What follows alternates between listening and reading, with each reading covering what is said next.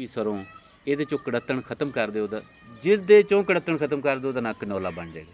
ਕਨੌਲੇ ਦੀ ਤਾਰੀਫ ਹੀ ਇਹ ਐਸੀ ਤੇਲ ਵਾਲੀ ਸ਼ੈ ਜਿਹਦੇ ਵਿੱਚ ਕੜੱਤਣ 0% ਹੈ, ਨਾ ਹੋਣ ਦੇ ਬਰਾਬਰ ਹੈ, ਉਹਨੂੰ ਕਨੌਲਾ ਆਨੇ। ਕਈ ਆਂਦੇ ਜੀ ਗੋਭੀ ਸਰੋਂ ਬੜਾ ਘੱਟ ਹੈ, ਦੇਸੀ ਸਰੋਂ, ਬਈ ਉਹਦੇ 'ਚ ਹੈਗਾ ਤੇ ਹੈ ਨਾ। ਤੇ ਅਸਾਂ ਤੇ ਦੁੱਧ ਵੇਚਣਾ ਹੁੰਦਾ ਮੱਝਾਂ ਦਾ, ਤੇ ਰਾਇਆ ਕਿਉਂ ਨਹੀਂ ਪਾਉਣੋਂ ਹਟਦੇ। ਬਰਸੀਨਾਂ 'ਚ ਕਨੌਲਾ ਪਾਇਆ ਕਰੋ ਸਿਹਤ ਵਾਸਤੇ।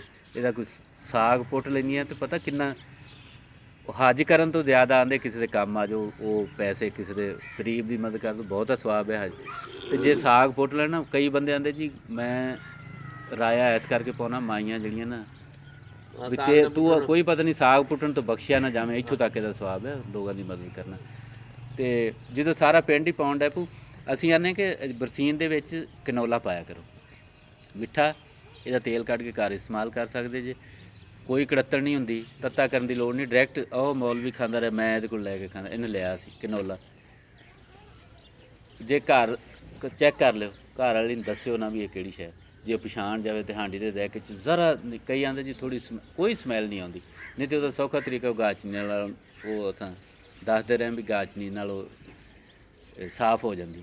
ਅੱਧੀ ਸ਼ਾਰਕ ਫੀ ਕਿਲੋ ਦੇ ਹਿਸਾਬ ਨਾਲ, ਉਬਾਲਾ ਨਹੀਂ ਦੇਣਾ ਚਾਹੀਦਾ, ਤੇ ਉਹਦੇ ਵਿੱਚ ਪਾ ਦੇ ਤੇ ਉਹ ਮੁੜ ਕੇ ਉਹਨੂੰ ਪਾਉਣ ਲਓ, ਸਾਫ਼ ਹੋ ਜਾਂਦਾ 3 ਮਹੀਨੇ ਤੱਕ। ਇਸ ਤਰ੍ਹਾਂ ਗਾਚਨੀ, ਮੁਲਤਾਨੀ ਮਿੱਟੀ ਜਾਂ ਗਾਚਨੀ, ਅੱਧੀ ਸ਼ਾਰਕ ਫੀ ਕਿਲੋ, 85 ਡਿਗਰੀ ਸੈਂਟੀਗ੍ਰੇਡ ਤੱਕ ਹੀਟ ਦਿਓ ਉਹਨੂੰ, ਇਹਨੂੰ ਹੀਟ ਕਰਨਾ। 85 ਡਿਗਰੀ ਸੈਂਟੀਗ੍ਰੇਡ ਦਾ ਮਤਲਬ ਹੁੰਦਾ ਉਬਾਲਣਾ ਨਹੀਂ।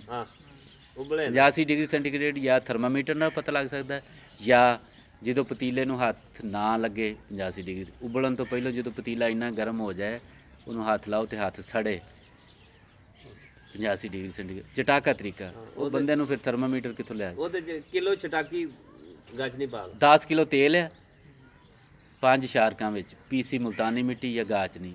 ਮਖਦੂਮ ਮਸ਼ੀਦ ਹੁੱਕਿਆਂ ਦੀ ਦੁਕਾਨ ਤੋਂ ਮਿਲ ਜਾਂਦੀ ਮੁਲਤਾਨੀ ਮਿੱਟੀ ਵੀ ਗਾਚਨੀ ਨੂੰ ਆਂਦੇ ਨੇ। ਉਹਦੇ ਪਾ ਕੇ ਚੰਗੀ ਤਰ੍ਹਾਂ ਹਿਲਾ ਕੇ 2 ਘੰਟੇ ਪਿਆ ਰਵੇ, ਠੰਡਾ ਵੀ ਹੋ ਜੂ। ਉਹਨੂੰ ਆਹ ਤੇ ਪੱਗ ਦੂਸਰੇ ਕੱਪੜੇ ਦੀ ਬੰਨੀ ਹੈ, ਜਿਹੜੀ ਦੂਸਰੀ ਪੱਗ ਵਾਲਾ ਮਲ ਪਾਉਣਾ ਵੀ ਹੁੰਦਾ, ਉਹਦੇ ਨਾਲ ਪਾਉਣ ਲਓ।